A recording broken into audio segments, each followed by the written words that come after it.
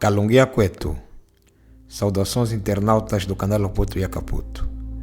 Olha, eu estava a ver o discurso do mais velho Antônio Ribeiro e 3 aspectos me chamaram muita atenção.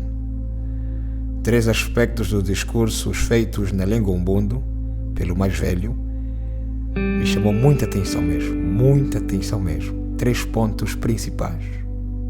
Primeiro, por ser um angolano de tom de pele muito clara, que muitas vezes as pessoas acham que angolano é só quem tem o tom de pele com mais melanina,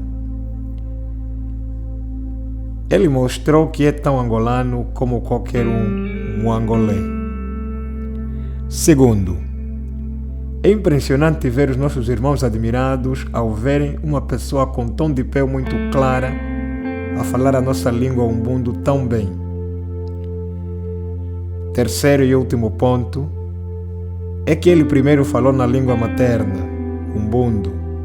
Só depois de se comunicar na língua materna com o seu povo, coisa que todo angolano poderia fazer, falou em inglês e em português.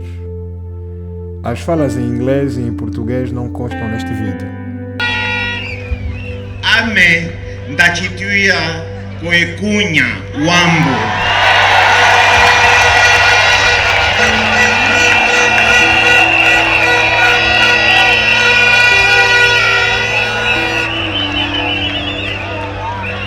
Ame da petico simbo vounita com 1975.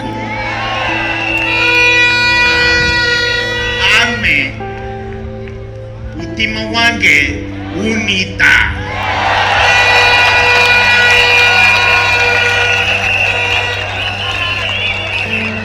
Omwenyo wange unita. Ndapandula sukuyange. Ndapandula sekulu presidente. Ndapandula chalwa salipo chiwa.